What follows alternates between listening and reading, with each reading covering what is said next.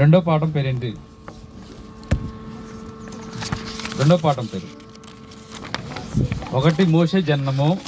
రెండో పాఠము మోషేను దేవుడు పిలుచుట. God calls Moses. దేవుడు పిలుచుట, మోషేను దేవుడు. రెండో పాఠం పేరేంటి చెప్పండి, అందరూ చెప్పండి ఒకసారి. తెలుగులో మోషేను దేవుడు పిలుచుట చెప్పండి. ఇప్పుడు మోషేను దేవుడు పిలుచుట. మూడో పాఠం పేరు, మూడో పాఠం ఏంటి మర్చిపోయారు అప్పుడే? మూడో పాఠం మోషే దేవుని వర్తమానం అందించుట. చెప్పండి మూడో పాఠం పేరు చెప్పండి. మోషే ఎవరికి వర్తమానం అందించాడంట? దేవుని. ఎవరికి అందించాడు వర్తమానం? దేవుని వర్తమానాన్ని, దేవుని దగ్గర తీసుకున్న మాటలను ఫరోకి అనేకులకు అందిస్తచ్చు. ఓకే, తర్వాత నాలుగో పాఠం ఏంటి? ఉదయం మధ్యాహ్నం కదా, ఉదయం నాలుగో పాఠం ఏం పాడుకున్నాం? మోషే దేవుని శక్తిని చూచుట. నాలుగో పాఠం పేరు మోషే.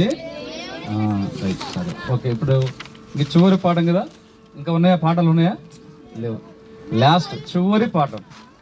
ఇప్పుడు చివరి పాఠం. రేపు మనకి ప్రొసెషన్ క్లోజింగ్ లెసన్ ఉంటుంది, కానీ రేపు లెసన్స్ ఏమి ఉండవు. క్లోజింగ్ లెసన్ కానీ ఇట్లా జూనియర్కి సీనియర్స్కి ఏమి ఉండవు. ఓకే, కాబట్టి ఇప్పుడు మనకి చివరి పాఠం. చివరిది ఎన్నో పాఠం ఇది? అదే చివరిది ఎన్నో పాఠం? చివరి పాఠమేనా? ఐదో పాఠం. సరే, ఐదో పాఠం ఏంటంటే ఎర్ర సముద్రము దాటుట, ప్రజలు సనుగుట. చెప్పండి పాఠం పేరేంటి?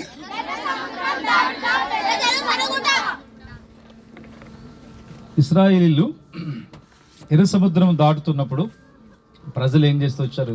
ఇశ్రాయేల్ ఎలాగా ఎర్ర సముద్రం దాటుతూ వచ్చినారు. మనం జాగ్రత్తగా విన్నాం. రెడ్ సీ, ఈ ఎర్ర సముద్రం ఉంటాం కదా, రెడ్ సీ అంటే, ఎర్ర సముద్రం అంటే నీళ్ళు ఎర్రగా ఉంటాయా, తెల్లగా ఉంటాయా, నల్లగా ఉంటాయా?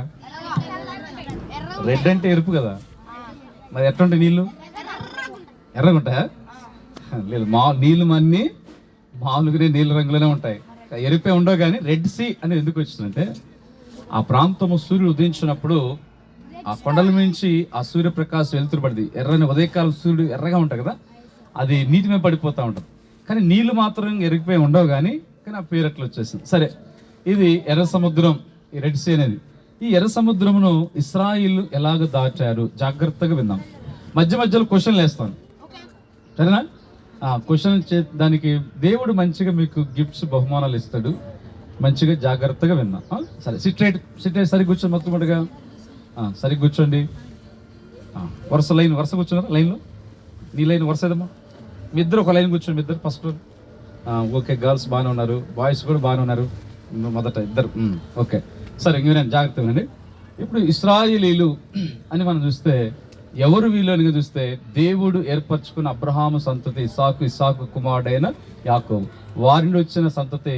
మరి యాకోబు 12 మంది కుమారులు ఉన్నారు, 12 గోత్రాలు, వారిని ఇశ్రాయేలు అంటారు. అర్థమైందా? పాత నిబంధనలో దేవుని ప్రజలని పిలువబడి ఒకే ఒక జనాంగం ఎవరంటే ఇశ్రాయేలే. పాత నిబంధనలో చాలా ప్రజలు ఉన్నారు. అమ్మోనీయులు ఉన్నారు, మోయాబీలు ఉన్నారు, కనాను దేశంలో 7 రకాల ప్రజలు ఉన్నారు, అంటే 7 జాతులు వారు ఉన్నారు. వీళ్ళందరూ కూడా దేవుని ప్రజలని పిలువబడరు. ఒక్క జనాంగమే ఇశ్రాయేలే దేవుని ప్రజలని పిలువబడతారు. కాబట్టి ఇప్పుడు దేవుని ప్రజలు అంటే గాడ్స్ పీపుల్. దేవుని ప్రజలు ఎవరు? దేవుని ప్రజలు అంటే ఇప్పుడు దినాలకు సరుకుల యూదుడు, గ్రీస్ దేశంలో హెల్లెని భేదం లేదు. ఈ దినాల్లో ఎవరు దేవుని ప్రజలు అంటే, ఎవరైతే యేసుక్రీస్తుని అంగీకరిస్తారో, ఎవరైతే యేసు ప్రభు నమ్మి హృదయంలో విశ్వసించి నోటితో ఒప్పుకొని విశ్వాసం ఉంచి ప్రభు రక్తంలో కడగబడి రక్షణ పొందుతారో వారు దేవుని ప్రజలు. ఓకేనా? అర్థమైందా? ఇప్పుడు దేవుని ప్రజలు ఎలా అవుతామంటే, ఇప్పుడు మనం వాళ్ళు వీళ్ళని భేదం లేదు కదా, ఎవరని భేదం లేదు. ఎవరైతే యేసు ప్రభు నమ్మి పాపాలు ఒప్పుకుంటారో, రక్షించబడతారో, మారు మనసు బాప్తిస్మం ద్వారా, అలాగనే అప్పుడు వారు దేవుని ప్రజలుగా చేయబడతారు. దేవుని జనాంగం, దేవుని ప్రజలు. బైబిల్లో చక్కగా మాట్లాడింది. ఎఫెసీ 2వ అధ్యాయంలో ఈ మర్మం గొప్పది. సువార్త వలన యూదులతో, అన్యజనులు యూదులతో సమాన వారసులు. యూదులు లేదా ఇశ్రాయేల్ అంటారు. అంటే ఇప్పుడు మనం ఇశ్రాయేల్తో సమాన వారసులు అవుతాం. ఇంకా చెప్పాలంటే ప్రస్తుత దినాలు ఇశ్రాయేల్కి వారికి కనులు మోయబడి ఉన్నాయి.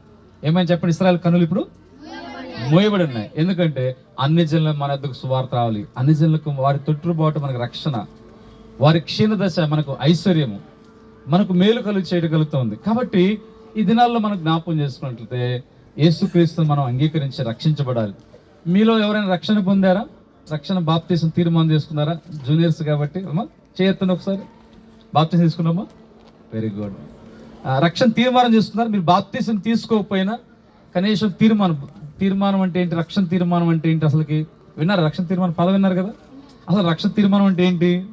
రక్షణ తీర్మానం అంటే యేసుక్రీస్తు దేవుడిని ఒప్పుకొని ఆయన రక్షకుడు, ఆయన నా కొరకు చనిపోయాడు, రక్తం చిందించాడు, నా పాపల కొరకే ప్రాణం పెట్టి తిరిగి లేచాడు, ఆయన దేవుడని నేను నమ్ముతున్నాను, విశ్వసిస్తున్నాను, ఆయన తప్ప మరొకరు లేరు, ఆయనే దేవుడు, నేను ఆయన విశ్వసిస్తున్నాను, ఆయన సృష్టికర్త, ఆయన ద్వారా రక్షణ, నా పాపాలు క్షమించబడతాయని తెలుసుకొని నమ్మి పాపములు ఒప్పుకొని ఇక నుంచి నేను దేవుని కుమారుడుగా, వినండి జాగ్రత్త, అసలు రక్షణ తీర్మానం అంటే ఇక నుంచి నేను దేవుని కుమారుడుగా, దేవుని కుమార్తెగా, యేసయ్యా నన్ను అంగీకరించు, నన్ను నీ కుమారునిగా, నీ కుమార్తెగా స్వీకరించు, నేను నమ్ముతున్నాను యేసయ్యా నీవు దేవుడు నమ్ముతున్నాను, నన్ను అంగీకరించి రక్షించని మనం పాపాలు ఒప్పుకొని యేసయ్యను మనం హృదయపూర్తిగా ఆహ్వానించి నమ్మటం, విశ్వసించడము, ఇక నుంచి నేను ప్రభు కొరకు జీవిస్తాను, ప్రభు కొరకే జీవిస్తాను, ఆ దేవుని రాజ్యం కావాలి అని అలాగ ప్రభు కొరకు తీర్మానం చేసుకోవడం, దీన్ని రక్షణ తీర్మానం అంటారు.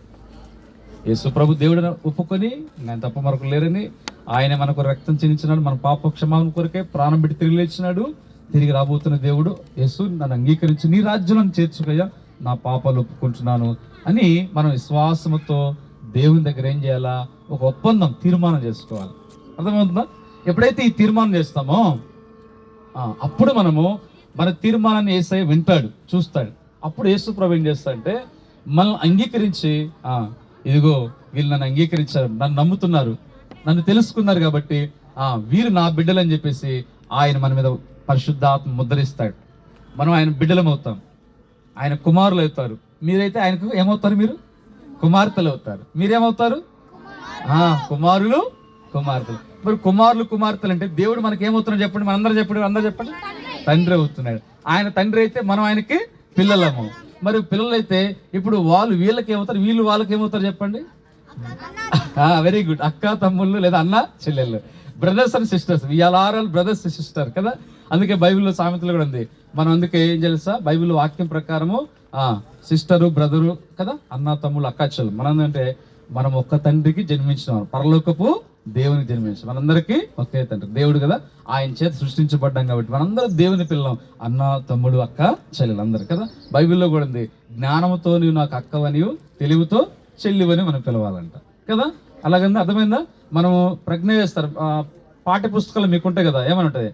ఇండియా మై కంట్రీ, భారతదేశము నా మాతృభూమి, భారతీయులందరూ నా సహోదరులు. సహోదరులు అంటే ఒక గర్భం పుట్టినవారు, సహా ప్లస్ ఉదరం, ఒక ఉదరం ఉండి జన్మించినవారు, అన్నదమ్ముళ్ళు, అక్కజెళ్ళు. కాబట్టి ఈ అభిప్రాయం ఉండాలి. అర్థమైందా? బక్సింగ్ అంకుల్ కాలం మందిరంలో ఏం చేసి తెలుసా? బక్సింగ్ అంకులు పెద్దోళ్ళైనా చిన్నోళ్ళైనా ఎవరైనా సరే పేరు పెట్టి పిలవకూడదు, బ్రదరు. అర్థమైందా? బ్రదర్ అంటే ఒక పెద్దోళ్ళు అనుకోండి అన్న అంటాం, చిన్నోళ్ళు అనుకోండి బ్రదరు అంటే తమ్ముడు అని అర్థం. పెద్దోళ్ళు అనుకోండి మీరు ఏమన్నా తెలుసా, మీకంటే పెద్దోళ్ళని ఆడపిల్లలు అక్క అని పిలవాలి. చిన్నోళ్ళు అనుకోండి సిస్టర్ అని పిలవాలి. సిస్టర్ అంటే చిన్న తెలుగులో చెల్లి. ఓకే, రెండు అర్థాలు వస్తాయి, అక్క లేక చెల్లి అని వస్తుంది. అర్థమైందా? ఈ బైబిల్ అట్లా అందుకంటే మనము దేవుని బిడ్డలు ఆ మంచి విషయాలు నేర్చుకోవాలి. కాబట్టి మీరు మందిరంలో ఉన్న ఎక్కడున్నా కానీ, స్కూల్కి వెళ్ళినా, కాలేజీకి వెళ్ళినా, మీకు చూడండి వాళ్ళు మీకు ఏమవుతారు? అన్న అవుతారు.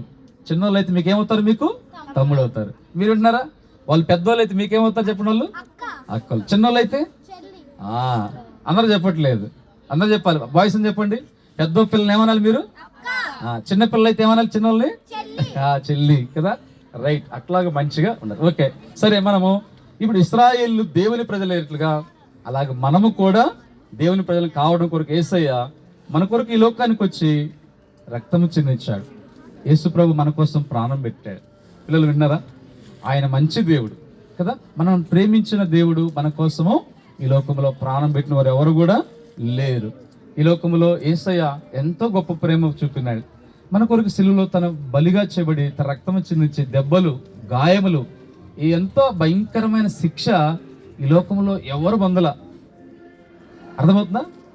ఆది కాలం నుంచి, ఆదాము నుండి ఇప్పటి వరకు కూడా ఈ భూమి మీద ఇది మనసులో పెట్టుకోండి, ఈ లోకంలో నీ కొరకు యేసయ్య పడ్డ శ్రమ ఎవరు పొందల, పొందబోరు కూడా. నిన్ను ప్రేమించిన యేసయ్య గొప్పవాడు. యేసయ్య ప్రేమించినట్టుగా ఈ లోకంలో ఎవరు కూడా ప్రేమించలా. నీకోసం ప్రాణం పెట్టింది ఒకే ఒక ఆయనే యేసయ్య. కాబట్టి ఇవి గుర్తుపెట్టుకోవాలి, మన మైండ్లో ఎప్పుడు ఉండాలి. ఆయన తప్ప మనకు రక్షణ లేదు, ఆయన తప్ప మనకు మోక్షం నిత్య జీవము మనకు లేదు. ఆయన లేకపోతే, ఆయన నమ్మకపోతే మనకు భయంకరమైన తీర్పు ఉంది, శిక్ష ఉంది, నిత్యమైన నరకం ఉంది. అయితే యేసయ్య మనల్ని ప్రేమిస్తున్నాడు. ఎందుకు తెలుసా? ఈ చిన్నవారిలో ఒక్కడైనా నశించుట పరలోకమందున దేవుని చిత్తము కాదు కదా. కాబట్టి అలాగా ఇశ్రాయేలు అంటే దేవుని ప్రజలు. ఇప్పుడు మనం కూడా ఎవరు కావాలి చెప్పండి? దేవుని ప్రజలంగా చేయబడాలి. చిన్ని సరిగేసుకున్నామా తల మీద? యేసయ్య మనందరం ఏం కావాలి చెప్పండి?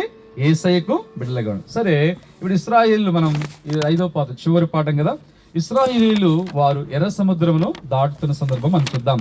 ఇశ్రాయేలు ప్రజలైన వారు ఏ రీతిగా ఈ ఎర్ర సముద్రం